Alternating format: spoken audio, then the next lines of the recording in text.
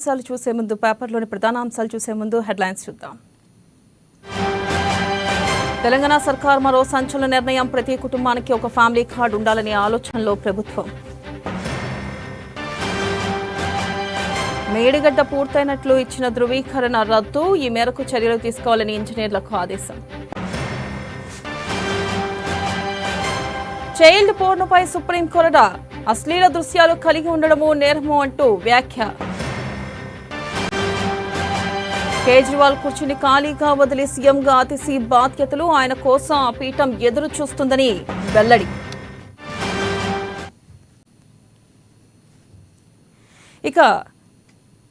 ఇక ప్రధాన ముఖ్యాంశాలు కనుక చూసుకున్నట్టయితే ఒకే రాష్ట్రం ఒకే కార్డు కింద నిన్న సీఎం మాట్లాడడం జరిగింది. ప్రధానంగా చూసుకున్నట్టయితే అందులో రేషన్, ఆరోగ్యం, సంక్షేమం అనే అన్నిటికీ ఒక కార్డు మీదే ఒకే రాష్ట్రం ఒకే కార్డు అంటూ కూడా నిన్న సీఎం రేవంత్ రెడ్డి వ్యాఖ్యానించారు. మొదటిగా పేపర్ చూసుకుందాం. ఈనాడు కనుక చూసుకున్నట్టయితే ప్రధాన అంశం కనుక చూస్తున్నట్టయితే ఒక రాష్ట్రం ఒకే కార్డు, రేషన్, ఆరోగ్యం, సంక్షేమం అన్నిటికీ అదే. అందులోనే హెల్త్ ప్రొఫైల్ డిజిటల్ రూపంలో అందజేత. ప్రతి నియోజకవర్గంలోని ఒక పట్టణం, ఓ గ్రామం పైలట్ ప్రాజెక్ట్ కింద ఎంపిక. ఇక మంత్రులు, అధికారుల సమావేశంలో సీఎం రేవంత్ నిర్ణయం. ఇక నెక్స్ట్ దాంట్లోనే చూసుకున్నట్టయితే 10,000 మందికి నైపుణ్యం, బ్యాంకింగ్, ఫైనాన్స్ సర్వీసెస్, బీమా రంగాల్లో విద్యార్థులకు శిక్షణ. 18 ఇంజనీరింగ్, 20 డిగ్రీ కళాశాలలో ప్రయోగాత్మక బోధన. ఇక 25న ప్రారంభించనున్న సీఎం రేవంత్. ప్రధానంగా మనం చూసుకున్నట్టయితే ఒకే రాష్ట్రం ఒకే కార్డు కింద ఇటు సీఎం రేవంత్ రెడ్డి ఏదైతే నిన్న మంత్రులు, అధికారుల సమావేశంలో సీఎం రేవంత్ రెడ్డి నిర్ణయం తీసుకున్నారో దీంట్లో కూడా రేషన్, ఆరోగ్యం, సంక్షేమం అన్నిటికీ అదే ఉంటుందని, అందులోనే హెల్త్ ప్రొఫైల్ కూడా ఉంటుందంటూ కూడా డిజిటల్ రూపంలో అందజేస్తామంటూ కూడా ఆయన చెప్పడం జరిగింది. ఇక నెక్స్ట్ కనుక చూసుకున్నట్టయితే మేడిగడ్డ పూర్తయినట్లు ఇచ్చిన ధృవీకరణ రద్దు. రాష్ట్ర ప్రభుత్వం నిర్ణయం. మిగిలిన పనులను అదే నిర్మాణ సంస్థతో పూర్తి చేయించాలి. ఇక నీటిపారుదల శాఖ ఆదేశాలు. ప్రధానంగా చూసుకున్నట్టయితే ఏదైతే మేడిగడ్డ పూర్తయినట్లు ఇచ్చిన ధృవీకరణ రద్దు చేస్తూ ఇటు రాష్ట్ర ప్రభుత్వం నిర్ణయం తీసుకుంది. మిగిలిన పనులను అదే నిర్మాణ సంస్థతో పూర్తి చేయించాలని ఇక నీటిపారుదల శాఖ ఆదేశాలు జారీ చేసింది. ఇక నెక్స్ట్ కనుక చూసుకున్నట్టయితే కేజ్రీవాల్ కుర్చీని ఖాళీగా వదిలి సీఎంగా అతిసి బాధ్యతలు. ఫిరాయింపు ఎమ్మెల్యేలకు హైకోర్టు నోటీసులు. స్పీకర్ కార్యాలయం ఈసీకి జారీ. ఇక తిరుమలలో శాస్త్రోత్తకంగా శాంతి హోమం. శ్రీవారి ఆలయంలో లోక కళ్యాణార్థం నిర్వహణ. లడ్డూ పోటు ఆలయాలలో ప్రోక్షణ. ప్రధానంగా మనం చూసుకున్నట్టయితే ఏదైతే కేజ్రీవాల్ కుర్చీని వదిలి ఖాళీగా వదిలేసరి సీఎంగా అతిసి ఈ మేరకు బాధ్యతలు తీసుకున్నారు. అలాగే ఫిరాయింపు ఎమ్మెల్యేలకు హైకోర్టు నోటీసులు అందజేసింది. స్పీకర్ కార్యాలయం ఈసీకి ఈ మేరకు నోటీసులు జారీ చేసింది. బారాస ఆసుపత్రుల సందర్శన ఉద్రిక్తంగా మారింది. ఇక నెక్స్ట్ కనుక చూసుకున్నట్టయితే నెయ్యి మాటున నయవంచన. కుళ్ళిన జంతు వ్యర్థాలతో తయారీ. రాజధాని చుట్టుపక్కల జిల్లాల్లో పెద్ద ఎత్తున దందా. యథేచ్ఛగా నకిలీ నెయ్యి, నూనెల ఉత్పత్తి కేంద్రాలు, ప్రముఖ కంపెనీల పేర్లతో విక్రయం. ఇక మరో భీకర యుద్ధం. దక్షిణ లెబనాన్ పై ఇజ్రాయెల్ నిప్పుల వాన. 356 మంది మృత్యువాత. 1,246 మందికి గాయాలు. హెజోబెల్లాకు భారీ ఎదురుదెబ్బ. ఇక సురక్షిత ప్రాంతాలకు తరలిపోతున్న లెబనాన్ పౌరులు. ఇక లెబనాన్ పై మరో భీకర యుద్ధం నెలకొంది. అయితే 356 మంది వరకు మృత్యువాత పడ్డారు. ఇక అందాల Riya miss universe India. Gujarat రాష్ట్రానికి చెందిన 18 ఏళ్ల రియా మిస్ యూనివర్స్ గా 2024 టైటిల్ గెలుచుకున్నారు. ఇక నెక్స్ట్ కనుక చూసుకున్నట్టయితే ఎంటెక్ లోను అమ్మాయిలదే పై చెయ్యి. చైల్డ్ పోర్నుపై సుప్రీంకోర్టు కొరడా. అశ్లీల దృశ్యాలు కలిగి ఉండడము నేరమే. వాటి నిల్వ, డౌన్లోడ్ చేయడం, వీక్షించడం పోక్సో ఐటీ చట్టాల ప్రకారం తీవ్ర శిక్షార్హమే. ఇక నెక్స్ట్ కనుక చూసుకున్నట్టయితే ఆంధ్రజ్యోతి కనుక చూసుకుంటే బాధ్యులు ఇంజనీర్లు. ప్రాథమికంగా 20 మంది గుర్తింపు. వీరిలో ఏఈఈ నుంచి ఈఎన్సీ వరకు. మేడిగడ్డ కుంగుబాటుపై క్రమశిక్షణా చర్యలు. జస్టిస్ పీసీ ఘోష్ కమిషన్ యోచన. ఉద్దేశపూర్వకంగానే విచారణను తప్పుదోవ పట్టించడానికి ప్రయత్నించాలని గుర్తింపు. ఇక విజిలెన్స్ మధ్యంతర నివేదికలో ఇదే ప్రస్తావన. నెలాఖరుకు పూర్తిస్థాయి నివేదిక ఇచ్చే ఛాన్స్. విచారణకు కాగ్ అధికారిని పిలవాలని నిర్ణయం. ప్రధానంగా ఏదైతే ఉందంటే బాధ్యులు ఇంజనీర్లు ప్రాథమికంగా 20 మందిని గుర్తించినట్లు, అలాగే వీరిలో ఏఈఈ నుంచి కూడా ఈఎన్సీ వరకు ఉన్నట్లు కూడా ఈ మేరకు వ్యాఖ్యానించారు. ఇక నెక్స్ట్ కనుక చూసుకున్నట్టయితే పట్టా కోసం డిగ్రీ, పొట్టకూటి కోసం మినీ డిగ్రీ. సరికొత్త కోర్సులను తెస్తున్న ప్రభుత్వం. విద్యార్థులకు ఉద్యోగం గ్యారంటీ. ఫైనాన్స్, బీమాలో నైపుణ్య శిక్షణ. అలాగే సంక్షేమ పథకాలన్నీ డిజిటల్ కార్డుతోనే అమలవుతున్న రాష్ట్రాల్లో అధ్యయనం. కార్డులపై సీఎం సమీక్ష. ప్రతి నియోజకవర్గంలో ఒక పట్టణ, గ్రామీణ ప్రాంతాల్లో పైలట్ ప్రాజెక్ట్. ఇక డిజిటల్ కార్డులో కుటుంబంలోని ప్రతి సభ్యుడికి హెల్త్ ప్రొఫైల్ రేవంత్. ఇక ప్రధానంగా చూసుకున్నట్టు ఏదైతే మనం గత పేపర్లో చెప్పుకున్నాం సంక్షేమ పథకాలన్నిటికీ డిజిటల్ కార్డు రూపంలో ఒకే కార్డుని వినియోగించనున్నారు. అయితే మనం చూసుకున్నట్టయితే అన్నిటికీ ఆ కార్డు కిందే ఇక డిజిటల్ కార్డులో కుటుంబంలోని ప్రతి సభ్యుడికి హెల్త్ ప్రొఫైల్ కూడా ఇవ్వనున్నట్లుగా తెలుస్తుంది. ఇక జిల్లా కేంద్రంలోని డీసీసీ కార్యాలయాలకు స్థలాలు వారంలోగా కలెక్టర్లకు దరఖాస్తులు ఇవ్వాలంటూ సీఎం రేవంత్ రెడ్డి సూచన. ఇక అదే సందిగ్ధం వైద్య విద్య ప్రవేశాలపై ముందుకు పడని అడుగు అధికారుల నిర్లక్ష్య ధోరణే కారణం. సుప్రీంకోర్టు తీర్పు వచ్చి ఇప్పటికే 4 రోజులు. అయితే స్థానికత మార్గదర్శకాల విడుదల జాప్యం, కౌన్సిలింగ్కు ఆఖరి గడువు అక్టోబర్ 31న. ఇక ఆర్ఆర్ఆర్కు వరల్డ్ బ్యాంక్ నిధులు, ఇతర రోడ్ల అభివృద్ధికి కూడా.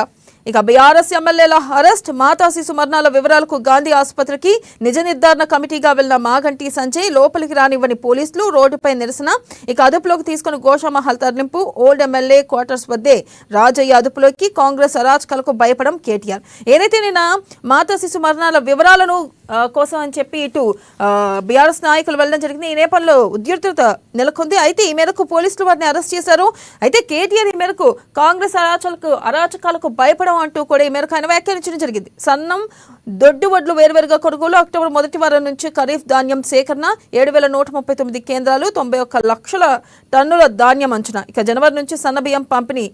మంత్రి ఉత్తమ్ కుమార్ ఈ మేరకు వ్యాఖ్యానించారు. ఏదైతే సన్న దొడ్డు వడ్లు వేరువేరుగా కొనుగోలు చేస్తామంటూ, అలాగే అక్టోబర్ మొదటి వారం నుంచే ఖరీఫ్ ధాన్యం సేకరిస్తామంటూ కూడా ఈ మేరకు ఉత్తమ్ కుమార్ రెడ్డి వ్యాఖ్యానించడం జరిగింది. అలాగే చూసుకున్నట్లయితే దద్దరిల్ల లెబనాన్, ఇజ్రాయెల్ భీకర దాడుల్లో 356 మంది మృతి. ఇక నెక్స్ట్ చూసుకుందాం. నెక్స్ట్ గనక వెలుగు గనక చూసుకున్నట్టయితే రేషన్ హెల్త్ స్కీమ్లకు ఒకే డిజిటల్ కార్డ్. ఏదైతే గత 2 పేపర్లో ఇచ్చారో ఈ పేపర్లో కూడా ప్రధాన అంశం అదే. అయితే రేషన్ హెల్త్ స్కీములకు ఒకే డిజిటల్ కార్డ్, ఒకే రాష్ట్రం ఒకే డిజిటల్ కార్డుగా నిన్న రేవంత్ రెడ్డి చెప్పడం జరిగింది. అలాగే మనం హైడ్రా గురించి మరొక వార్త వచ్చింది. ఔటర్ దాటిన హైడ్రా, ఇబ్రహీంపట్నం పెద్ద చెరువులోని అక్రమ నిర్మాణాల పరిశీలన. ఇక రాచకల్వ, ఫిరంగి కల్వా కబ్జాకు గురైనట్లుగా గుర్తింపు. ఇన్నాళ్ళు ఓఆర్ఆర్ లోపలే కూల్చివేతలు, ఇకపై అవతల యాక్షన్. జిల్లాలకు హైడ్రాను విస్తరించాలని పెరుగుతున్న డిమాండ్. ఏదైతే హైడ్రాను విస్తరించాలంటూ కూడా డిమాండ్లు పెరుగుతుంది. ఈ మేరకు మనం చూసుకున్నట్టయితే ఇబ్రహీం పెద్ద చెరువులోని అక్రమ నిర్మాణాలను కూడా నిన్న హైడ్రా పరిశీలించింది. ఇక కావూరి హిల్స్ పార్కులో కట్టడాల నేలమట్టం, హైకోర్టు ఆదేశాల మేరకు హైడ్రా జీహెచ్ఎంసీ చర్యలు. అలాగే 10,000 మంది నైపుణ్య శిక్షణ. ఇక రెగ్యులర్ డిగ్రీతో పాటు BFSI mini degree course. Area residential building commercial. Nandagiri hills లో నెట్ వెంచర్స్ అక్రమ నిర్మాణాలు. నందగిరి భూమిని జూబ్లీ హిల్స్ హౌసింగ్ సొసైటీలో ఉన్నట్లు చూపించి అనుమతులు. ఏదైతే అక్రమ నిర్మాణాల్లో కడుగు ముందుగేసినట్లుగా కనిపిస్తుంది. అయితే నందగిరి భూమిని జూబ్లీ హిల్స్ హౌసింగ్ సొసైటీలో ఉన్నట్లు చూపించి అనుమతులు పొందుతున్నారు. ఇది కూడా ఒక కొత్త రకం దందాలాగా. తిరుమలలో మహాశాంతి యాగం, లడ్డూ కల్తీ దోషానికి ప్రాయశ్చిత్తంగానే ఈవో ప్రమాణం చేసేందుకు వచ్చిన టీటీడీ మాజీ చైర్మన్ భూమన అడ్డుకున్న పోలీసులు. ఇక లడ్డూ వివాదంపై సుప్రీంలో పిటిషన్లు. అలాగే చైల్డ్ పోర్నోగ్రఫీ చూస్తే జైలుకే. ఇక దసరా నుంచి రైతు భరోసా నిధులు రెడీ చేసుకోవాలని ఆర్థిక శాఖకు సీఎం ఆదేశాలు. సాగు భూములకే సాయం, వచ్చే నెలలో గైడ్ లైన్స్ రిలీజ్. అయితే దసరా నాటికి ఇటు రైతు భరోసా అందజేయనున్నారు. అయితే నిధులు రెడీ చేసుకోవాలని ఆర్థిక శాఖకు సీఎం ఆదేశాలు జారీ చేశారు. అలాగే సాగు భూములకే సాయం, పక్కాగా ఏదైతే సాగు భూములు ఉన్నాయో వాటికి సాయం చేయనున్నట్లుగా తెలుస్తుంది. ఇక డిజిటల్ సర్వేగా పక్కాగా పంట భూముల గుర్తింపు. ఇక 1,29 లక్షల ఎకరాల్లో పంటలు సాగు అవుతున్నట్లుగా అంచనా. ఇక 7.5 ఎకరాలకు సీలింగ్ పెడతారని ప్రచారం. ఒకే మాడ్యూల్ భూమాత పోర్టల్లో ధరణి కష్టాలకు చెల్లు. 10 ఏళ్ల విధ్వంసంపై స్టడీ చేయాలి. గత సర్కార్ ధరణిని అడ్డుపెట్టుకుని భూములను కొల్లగొట్టింది ఎమ్మెల్సీ కోదండరాం. ఇక నెక్స్ట్ కనుక చూసుకున్నట్టయితే సాక్షి చూసుకున్నట్టయితే ఆల్ ఇన్ వన్, ప్రతి కుటుంబానికి ఓ డిజిటల్ కార్డ్ ఇచ్చే సన్నాహాల్లో సర్కార్. ఏదైతే గత 3 పేపర్లు మనం ఏదైతే చెప్పుకున్నామో అదే ప్రధాన అంశంగా ఇక్కడ కూడా ప్రచురితమైంది. ఇక స్పీకర్కు హైకోర్టు నోటీసులు, ఎమ్మెల్యేల పార్టీ ఫిరాయింపులపై విచారణ. అసెంబ్లీ కార్యదర్శి సిఈసికి పార్టీ మారిన 10 మంది ఎమ్మెల్యేలకు నోటీసులు. ఇక ట్రాన్స్ఫార్మర్లు టపటప 1,260. గతేడాది కాలిపోయిన ట్రాన్స్ఫార్మర్లు. యుద్ధక్షేత్రం పరిష్కారం కాదు, సమిష్టి శక్తిలోనే మానవాళి విజయం. ఐరాస సదస్సులో మోదీ వ్యాఖ్యలు, అంతర్జాతీయ సంస్కరణలకు పిలుపు. ఇక దీనిపై పూర్తి విశ్లేషణని మనకు అందించడానికి మనతో పాటు సిద్ధంగా ఉన్నారు ప్రముఖ రాజకీయ విశ్లేషకులు కృష్ణమూర్తి గారు. వారితో మాట్లాడతాం. కృష్ణమూర్తి గారు నమస్తే అండి. కృష్ణమూర్తి గారు, ప్రధానంగా ఇక్కడ మనం చూసుకోవచ్చు, ఏదైతే ఒకే కార్డు ఒకే రాష్ట్రం అంటున్నారు సీఎం రేవంత్ రెడ్డి. నిన్న ఏదైతే ప్రధానంగా మనం చూసుకోవచ్చు, ఒకే కార్డు ఒకే రాష్ట్రం అనేది ఇది పాసిబుల్ అయ్యే విషయమే అంటారా? అంటే అసలు ఇది ఆచరణలోకి వస్తుందంటారా? అన్నిటికీ కలిపి, అన్ని స్కీములకు కలిపి ఒకే కార్డు ఇస్తామంటున్నారు. ఇది ఎంతవరకు పాసిబుల్ అయ్యే అవకాశం ఉందంటారు? ఖచ్చితంగా లక్ష్యం నెరవేరేందుకు అవకాశం ఉంటుంది. ఎందుకంటే ప్రతి ఒక్కరికి 4 కార్డు ఇప్పటికే మీరు ఒక బ్యాంక్‌కి వెళ్తే, లేకపోతే ఇంకా ఎక్కడికెళ్ళినా గాని పాన్ కార్డ్ ఇయ్యండి, ఆధార్ కార్డ్ ఇవ్వండి, రేషన్ కార్డ్ ఇవ్వండి. కట్టలు కట్టలు అడుగుతా ఉన్నారు. ఎందుకన్నా అన్నిటికీ ఒకటే కార్డ్. మంచి విధానం ఇది. ఇది సక్సెస్ కావాల్సిన అవసరం సక్సెస్ చేయాలి కూడా. ఈ సక్సెస్ కావాలంటే కొంత ప్రజల్లో అవేర్‌నెస్ తీసుకురావాల్సిన అవసరం ఉంది. అదే విధంగా గతం ఇప్పటి వరకు ప్రస్తుతం చలామణిలో ఉన్నటువంటి రేషన్ కార్డులను పూర్తిగా రద్దు చేయాలి. రద్దు చేసి అర్హులను గుర్తించి ఖచ్చితంగా అర్హులకు మాత్రమే ఆ కార్డు దక్కే విధంగా రాష్ట్ర ప్రభుత్వం చర్యలు తీసుకోవాల్సిన కొంత పటిష్టంగా వివరించాల్సిన అవసరం.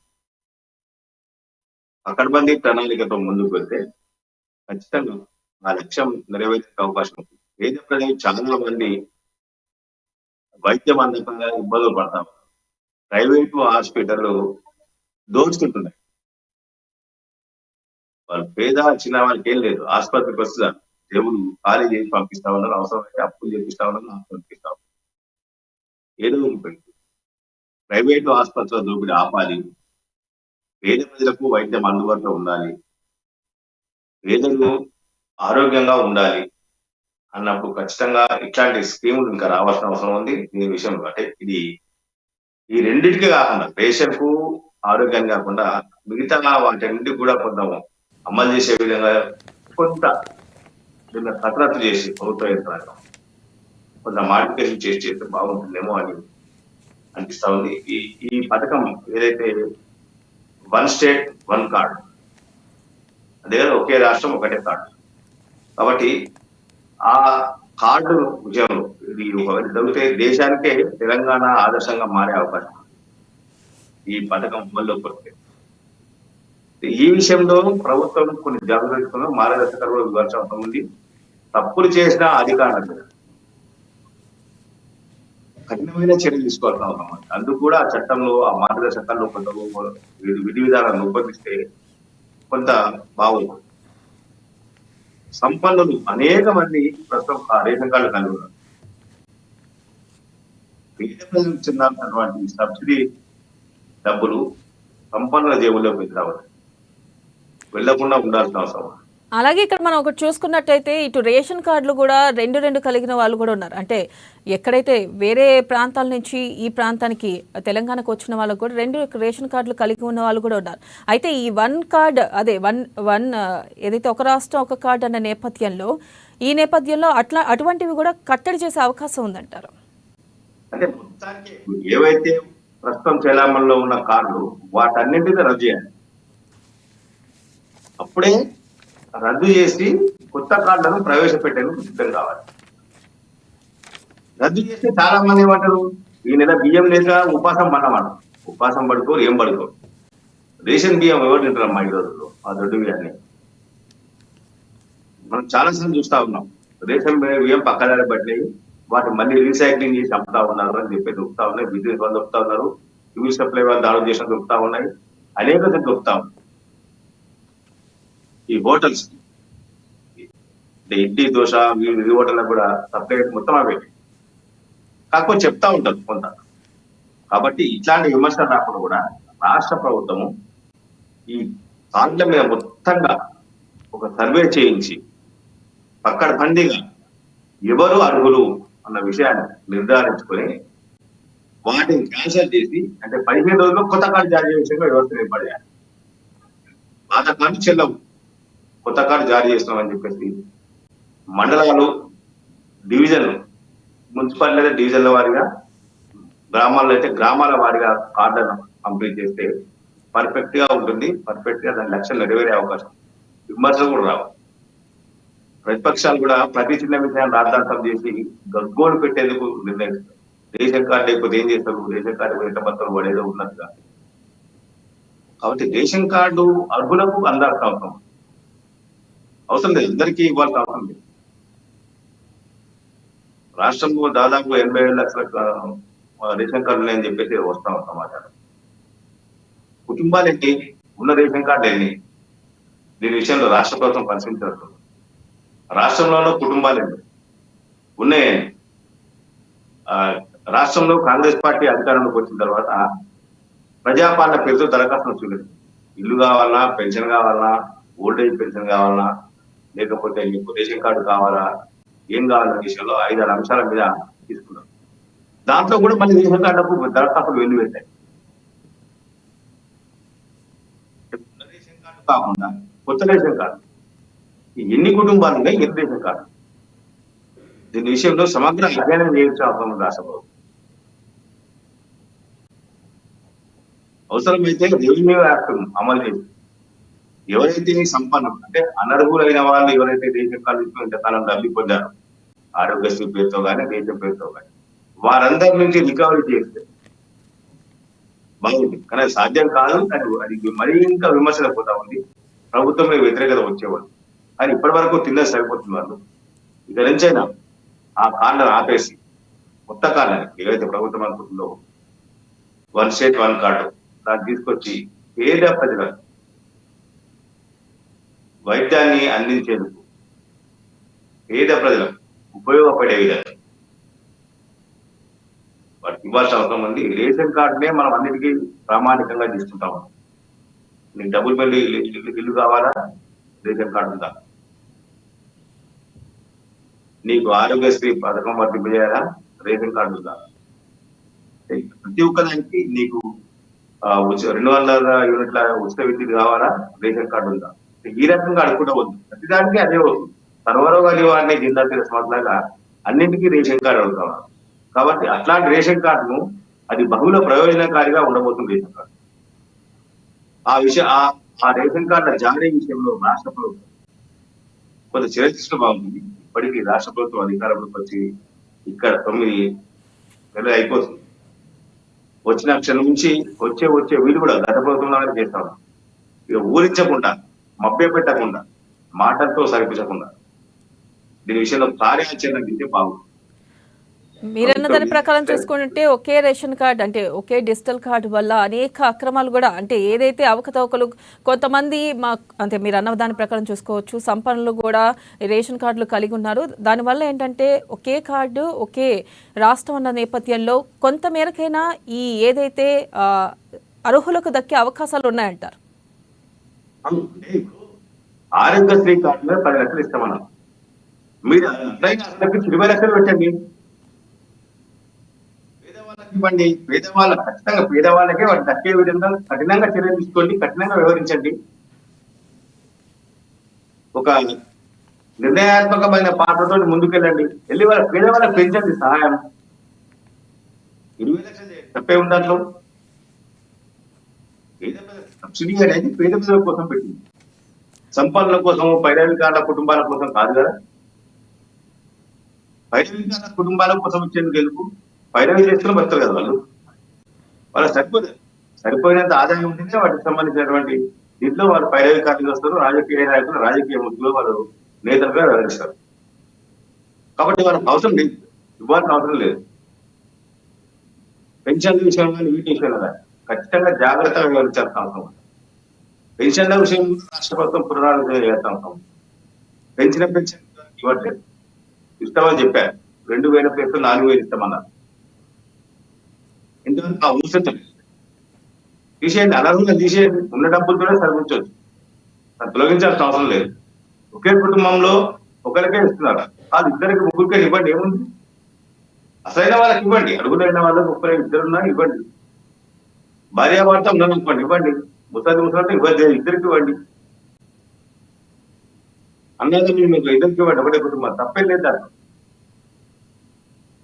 ప్రతి ప్రభుత్వ పథకంలో బ్రోకర్లు వచ్చేసి బ్రోకర్ చొరబాటు చేసి అధికారులను మేనేజ్ చేసుకొని వాళ్ళను మభ్యపెట్టి లేకపోతే వాళ్ళ మీద ఒత్తిడి తెచ్చి వాళ్ళ మీద రాజకీయ నాయకులతోటి ప్రెషర్లు పెట్టించి అనర్హులకు తీసుకున్నారు. ఇట్లాంటివన్నీ రద్దు కావాల్సిన అవసరం ఉంది. రాష్ట్ర ప్రభుత్వం ఆ పొలంలో ఒక చర్యలు తీసుకోవాల్సిన అవసరం. అలాగే చూసుకున్నట్టయితే నిన్న కోదండరాం ఫైర్ అయ్యారు. గత 10 ఏళ్ల పాలనపై ఆయన తీవ్ర విమర్శలు చేశారు. గత బీఆర్ఎస్ పాలనలో ధరణి విషయంలో అనేక అవకతవకలు జరిగాయంటూ కూడా, అలాగే కాళేశ్వరం కూడా టెండర్లకు ఇచ్చి ప్రధానంగా ఇటు కాంట్రాక్టర్లకు దోచిపెట్టిందంటూ కూడా ఈ మేరకు ఆయన వ్యాఖ్యానించడం జరిగింది. ఈ వ్యాఖ్యలను ఏ విధంగా చూడొచ్చు అంటారు? తెలంగాణ నూతన రాష్ట్ర ఆవిర్భావం తర్వాత ఏర్పడ్డ ప్రభుత్వం కొంత తెలంగాణ విధ్వంసానికి పాల్పడింది. దీంట్లో అనుమానం లేదు. వరుణ్ చేసినటువంటి అంశంలో మనం అందరం ఏకీభవించాల్సిన అవసరం ఉంది. విధ్వంసం జరిగింది. బంగారు తెలంగాణ పేరుతోటి ఒక కుటుంబం లబ్ధి పొందింది తప్ప రాష్ట్రంలో ఏ వర్గం కూడా లబ్ధి పొందలేదు.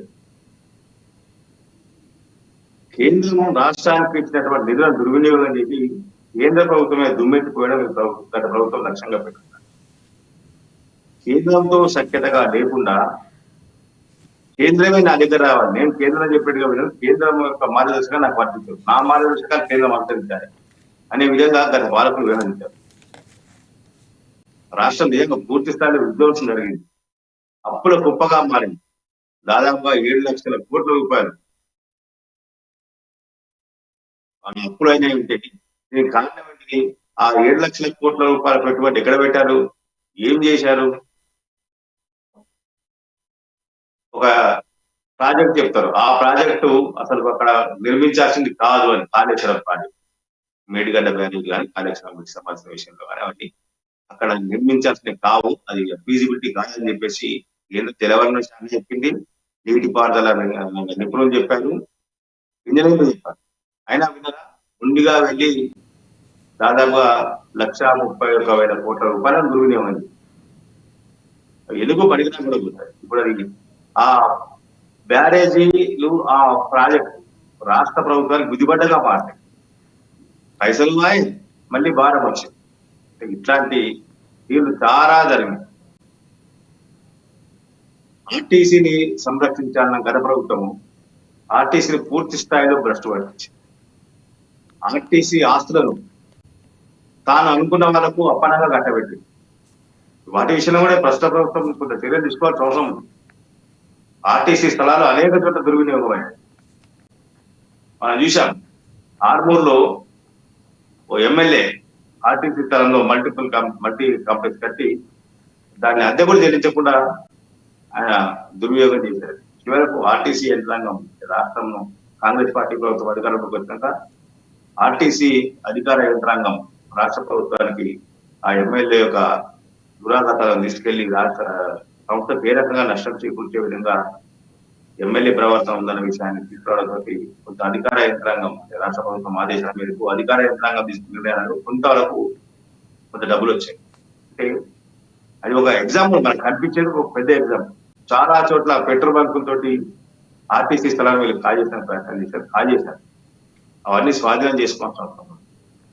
అంటే ఈ రకం అంటే ఇటు భూమాఫియా అయిపోయింది, అటు ఇసుక మాఫియా అయిపోయింది, ఇటు లిక్కర్ మాఫియా అయిపోయింది. ఈ రకంగా ఎవరు చూసినా అంత మాఫియాతోటే పోయింది. సామాన్య ప్రజలను దోచుకున్నారు, పీడించి వేధించి దోచుకున్నారు. అవన్నీ వెలికియాల్సిన అవసరం ఉంది. ధరణి పేరుతోటి భూములను కబ్జా చేసి ప్రయత్నించారు, కబ్జా చేశారు. ధరణి వల్ల రైతాంగం చాలా మంది ఇంకా ఇబ్బంది పడతా ఉన్నారు. ధరణి కొంత సరళీకరించారు, ధరణి విధానంలో ఆ పోర్టల్లో ఉన్నటువంటి దీంట్లో. ఆ పోర్టల్ పేరుతోటి అనేక మంది బెదిరించి డబ్బులు వసూలు చేసుకున్న గత పాలన మనం చూసాం. గతంలో ఉన్న ఒక ప్రభుత్వ ఉన్నతాధికారి, ఆయన రాజకీయ నాయకుడు, ప్రభుత్వ ఉన్నతాధికారి ధరణిలో ఒక గుట్టనే ఆక్రమించుకున్నారు. మనం ఇంకా ఎంక్వైరీ చెప్తాం. అంటే ఈ రకమైన దౌర్జన్యాలు, దోపిడీలు, దారుణాలు అనేక జరిగినాయి. ఇవన్నీ సరిదిద్దాల్సిన అవసరం. అలాగే మనం చూసుకున్నట్లయితే రైతు భరోసా పథకాన్ని మరో పథకం అమలు దిశగా ఇటు రాష్ట్ర ప్రభుత్వం ముందుకెళ్తుంది. అయితే రైతు భరోసా అమలు దిశగా రాష్ట్ర ప్రభుత్వం ముందుకెళ్తుంది. మనం ఇక్కడ చూసుకోవచ్చు. ఈ మేరకు సీఎం రేవంత్ రెడ్డి ఆదేశాలు కూడా జారీ చేశారు. ఇక వచ్చే నెలలో ఈ మేరకు దసరా నాటికి రైతు భరోసా అమలు చేయాలంటూ కూడా దానికి తగ్గ నిధులను కూడా ఏర్పాటు చేసుకోవాలని చెప్పారు. ఈ నేపథ్యంలో ఎంతమంది రైతులకి రైతు భరోసా అందే అవకాశం ఉందంటారు? ఆల్రెడీ రైతు భరోసా ఒకసారి రాష్ట్ర ప్రభుత్వం ఎగ్గొట్టింది, ఈ ప్రభుత్వం కాంగ్రెస్ పార్టీ ప్రభుత్వం. అది ముందు చెల్లించాల్సిన అవసరం. వానాకాలం సీజన్ అయిపోయింది. నిన్నతో వానాకాలం సీజన్ అయిపోయింది. వ్యవసాయం సంబంధించి సీజన్ లో వేయాల్సిన రైతు బంధు డబ్బు, రైతు భరోసా ఓకే. గతంలో గత ప్రభుత్వంలో రైతు బంధు, ఈ ప్రభుత్వంలో రైతు భరోసా ఓకే. రైతు భరోసా అంటే రైతు బంధు కానీ ఏదైనా సరే రైతులకు ఆర్థికంగా వెసులుబాటు ఉండే విధంగా రాష్ట్ర ప్రభుత్వం ఇచ్చేటువంటి సహాయం, ఆర్థిక సహాయం. ఆ సహాయాన్ని ఈ ప్రభుత్వం ఇవ్వలేకపోయింది. అంటే దసరా అంటే సుమారుగా 1 year అయితే రాష్ట్రంలో కాంగ్రెస్ పార్టీ ప్రభుత్వం నుంచి డిసెంబర్ ప్రమాణ స్వీకారం చేసింది, అక్టోబర్ లో దసరా, నవంబర్ డిసెంబర్ ఒక నెల గ్యాప్ లో వస్తుంది. అంటే సుమారుగా 11 మాసాల కాలంలో ఒకేసారి రైతులకు రైతు భరోసా ప్రభుత్వం ఆర్థిక సహాయం చేస్తుంది. మరి ఇంకో సహాయం ఎవరు ఇవ్వాలి? దేశంలో రాష్ట్ర ప్రభుత్వం రైతాంగాన్ని అంటే రుణమాఫీ చేస్తున్నామనే ఒక కారణంతో రైతు భరోసాను పక్కదారి పట్టించింది. కాబట్టి ప్రభుత్వం రైతు భరోసా విషయంలో రైతాంగానికి మోసం చేస్తుంది. కాబట్టి వానాకాలంలో ఇవ్వాల్సిన రైతు భరోసాను వేసి మళ్ళీ దసరా నుంచి కొత్త రైతు భరోసాకు డబ్బులు వేసేందుకు సిద్ధంగా ఉన్నారు. దీని విషయంలో ప్రతిపక్ష పార్టీ కూడా ప్రభుత్వమే ఒత్తిడి అని చెప్పేసి మనం చెప్పాల్సిన అవసరం ఉంది. ఇప్పుడు ప్రధాన ప్రతిపక్ష పార్టీగా ఉన్నటువంటి టిఆర్ఎస్ నాయకత్వం రైతు సమస్యను, ప్రజా సమస్యను పక్కకు పెట్టి వ్యక్తిగత సమస్యలను, వ్యక్తిగత విషయాలను తెరపైకి తీసుకొచ్చి లబ్ధి పొందాలని ప్రయత్నించారు. ప్రతిపక్ష పార్టీ పాత్ర పోషించడంలో టిఆర్ఎస్ అక్కడే ఫెయిల్ అవుతారు. ఇంకా అహంకారపూరిత ధోరణి, అహంకారపూరిత వైఖరిని వ్యవహరిస్తా ఉంది. ఇది సరైనది కాదు. గతంలో రాష్ట్రంలో మాతా శిశు మరణాలు లేవా?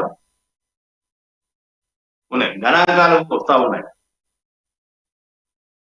ప్రతి ఏటా ఏదో ఒక వైపరీత్యమో, లేకపోతే అనారోగ్య కారణమా, లేకపోతే ఇంకేదైనా ఖచ్చితంగా మాతా శిశు మరణాలు ఉంటుంది. ఈసారి జరిగినాయి, ఇక లేవు, ఎప్పుడు జరగలేదు. తెలంగాణలో మాతా శిశు మరణంగా దాన్ని ఒక రాద్ధాంతంగా చేసి ఆసుపత్రులను సందర్శిస్తాము, దానికి ఒక కమిటీ వేశాము. ఈ నేపథ్యంలో నిన్న బీఆర్ఎస్ ఎమ్మెల్యేలను కూడా అరెస్ట్ చేశారు. మాతా శిశు మరణాల విషయంలో నివేదిక ఇవ్వాలని చెప్పి కూడా నిన్న మాతా శిశు మరణాలకు సంబంధించి రాజ్యాంగం చేయకుండా ప్రభుత్వానికి సూచనలు ఇవ్వండి, సలహాలు ఇవ్వండి. మాతా శిశు మరణాలు గతంలో జరగలేదని చెప్తున్నారు బీఆర్ఎస్ నాయకులు. ఇక్కడ మరొక అంశం కూడా ఉంది. ఇక్కడ మరొక అంశం కూడా డాటా విడుదల చేస్తా ఉన్నది. 2014 నుంచి 2023 వరకు ఏటా ఎంతమంది చనిపోయారని డాటా విడుదల చేస్తా ఉన్నది. వాళ్ళకి ఆసుపత్రుల వారిగా ఇస్తా ఉన్నారు. ప్రైవేట్ ఆసుపత్రులు ఎంత, ప్రభుత్వ ఆసుపత్రి ఉస్మానియా, గాంధీ, నీలోఫర్ ఎంత ఏ ఆసుపత్రి ఎంతమంది చనిపోయారు చెప్పిస్తా ఉన్నారు. మరి దీని మీద మాట్లాడకుండా ఏం చెప్పిందే వేరేమో, ఇంకా మాదే రాజ్యం, మేమే ఇంకా ఉన్నాం, అధికారంలో ఉన్నాం, మేము చెప్పినట్టే వినాలి. అధికార యంత్రాంగం వినాలి, ప్రభుత్వ యంత్రాంగం వినాలి, వాళ్ళకు ప్రజలు వినాలి, నాయకులు వినాలి. మేమే మొత్తం ఇంకా అదే అహంకారం ఉంటుంది. నిన్న కేటీఆర్ వ్యాఖ్యలను కూడా చూసుకోవచ్చు. ఇటు కాంగ్రెస్ అరాచకాలకు మేము భయపడమంటూ కూడా ఈ మేరకు నిన్న కేటీఆర్ వ్యాఖ్యానిచ్చారు. దీనిపై మీరేమంటారు? ఎవరి అహంకారానికి ఎవరు భయపడరమ్మా?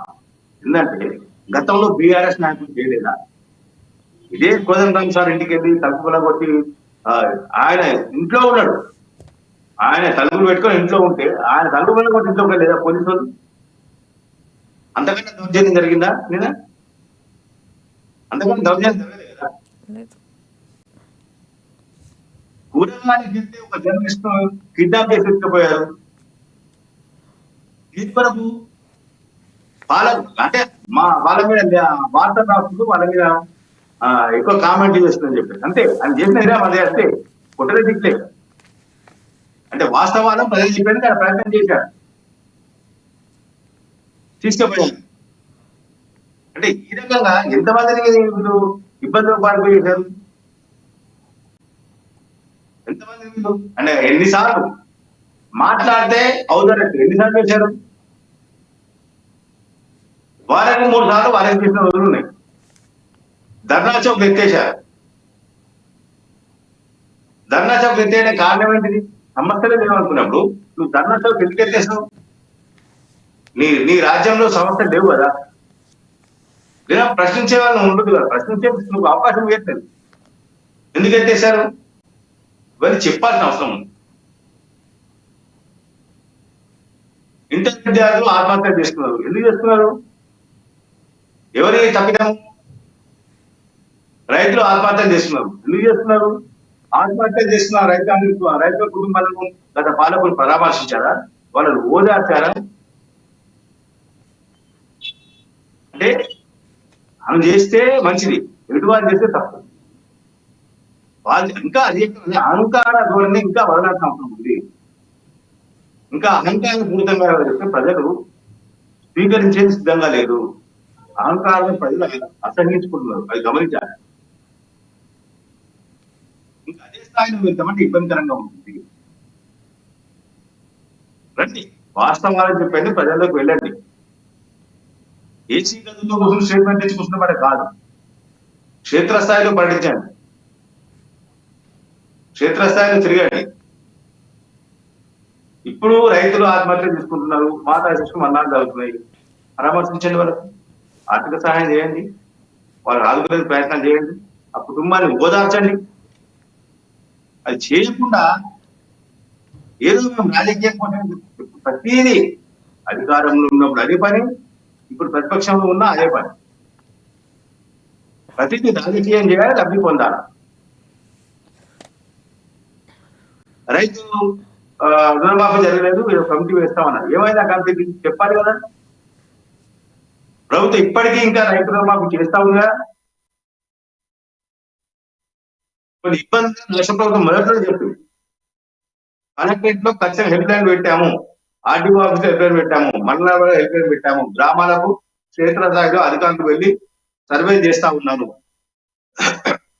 అని చెప్పారు. కాకపోతే దురదృష్టవశాత్తు ఏంటంటే వానలు రావడంతో కొంత రెవెన్యూ యంత్రాంగం ఈ పునరావాస కార్యక్రమాలు, బాధితులను ఆదుకునే విషయంలో, వరదల నుంచి ప్రజలను రక్షించే కార్యక్రమంలో వాళ్ళ పునరావాస శిబిరాన్ని ఏర్పాటు చేసి పునరావాస కార్యక్రమాన్ని చేపట్టడం, వరద తగ్గిన తర్వాత వరద వల్ల జరిగిన నష్టాన్ని తొలగించేందుకు కొంత అక్కడ మళ్ళీ సాధారణ పరిస్థితి తీసుకొచ్చేందుకు వాళ్ళు కొంత దాంట్లో నిమగ్నమయ్యారు, కొంత జాప్యం జరిగింది.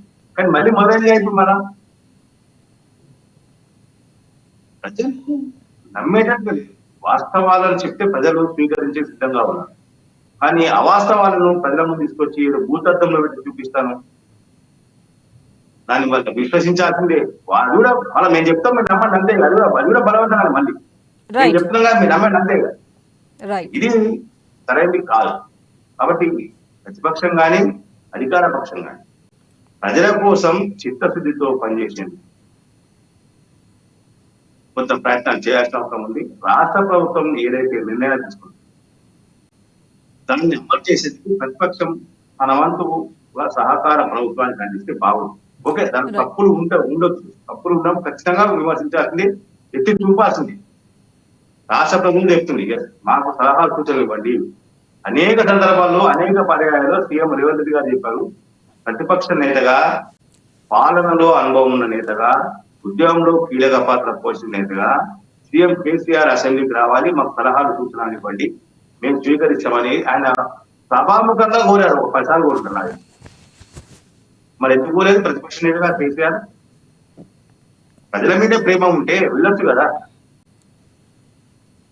ప్రజల కోసం ఆయన పాటుపడి ఉంటే వెళ్ళాలి కదా, ప్రజా సంక్షేమం కోసం కృషి చేయాలన్న తపన ఉంటే వెళ్ళొచ్చు కదా, వెళ్ళి చెప్పొచ్చు కదా, ఇది కాదు చేయండి, ఈ రకంగా చేయండి, గతంలో నేను చేశాను, ఓకే నేను చేసిన కొంత ఫలితాలు రాకపోవచ్చు, తప్పులు జరగచ్చు, ఇప్పుడు ఆ తప్పులు జరగకుండా చర్యలు తీసుకోండి. గతం చేసిన ఈ తప్పులు, ఇప్పుడు ఈ తప్పులు జరగకుండా ఈ రకంగా చర్యలు తీసుకోండి, బాగుంటుంది. ఈ రకంగా పాలన సాగించండి, బాగుంటుంది. నేను గతంలో ఈ రకంగా ఒంటెత్తు పోకుండా వెళ్ళినా, ఈసారి మీరు అలా వెళ్ళకండి, మీరు ఈ కోణంలో వెళ్ళండి, ప్రజాభిప్రాయాలు తీసుకుని వెళ్ళండి. అవసరమైతే అఖిలపక్షం సమావేశం పెట్టేది, అఖిలపక్షం 10 ఏళ్ళలో అఖిలపక్ష సమావేశంలో పెట్టలేదు. నేను ఇప్పుడు సమావేశాలు పెట్టండి కీలకమైన అంశాల విషయంలో అని సూచనలు ఇవ్వచ్చు కదా, సలహాలు ఇవ్వచ్చు కదా. అది ఇవ్వకుండా ప్రభుత్వం తప్పు చేసింది, ప్రభుత్వం తప్పు చేసింది, ఎక్కడ తప్పు చేసింది? మీరు చేసేటప్పుడు మీ పని లేదా? రాష్ట్రంలో ప్రతి ఎవరికైనా సరే 100కు 100% సాటిస్ఫై చేయడం ఏ ప్రభుత్వం తరఫున కాదు. ఎంతమంది ప్రభుత్వం వచ్చినా కాదు, ఎవరు వచ్చినా కాదు. ప్రజల్లో చైతన్యం వచ్చింది, ప్రజల్లో ఆశలు పెరుగుతా ఉన్నాయి, ప్రజల్లో కోరికలు ఎక్కువైపోతా ఉన్నాయి, ప్రజల్లో అనేకమైనటువంటి అంశాలు వస్తా ఉన్నాయి, అనేక అంశాలు తెరపైకి వస్తా ఉన్నాయి. వాటన్నిటిని ఫుల్ఫిల్ చేయాలంటే ఏ ప్రభుత్వం సాధ్యం కాదు. రైట్.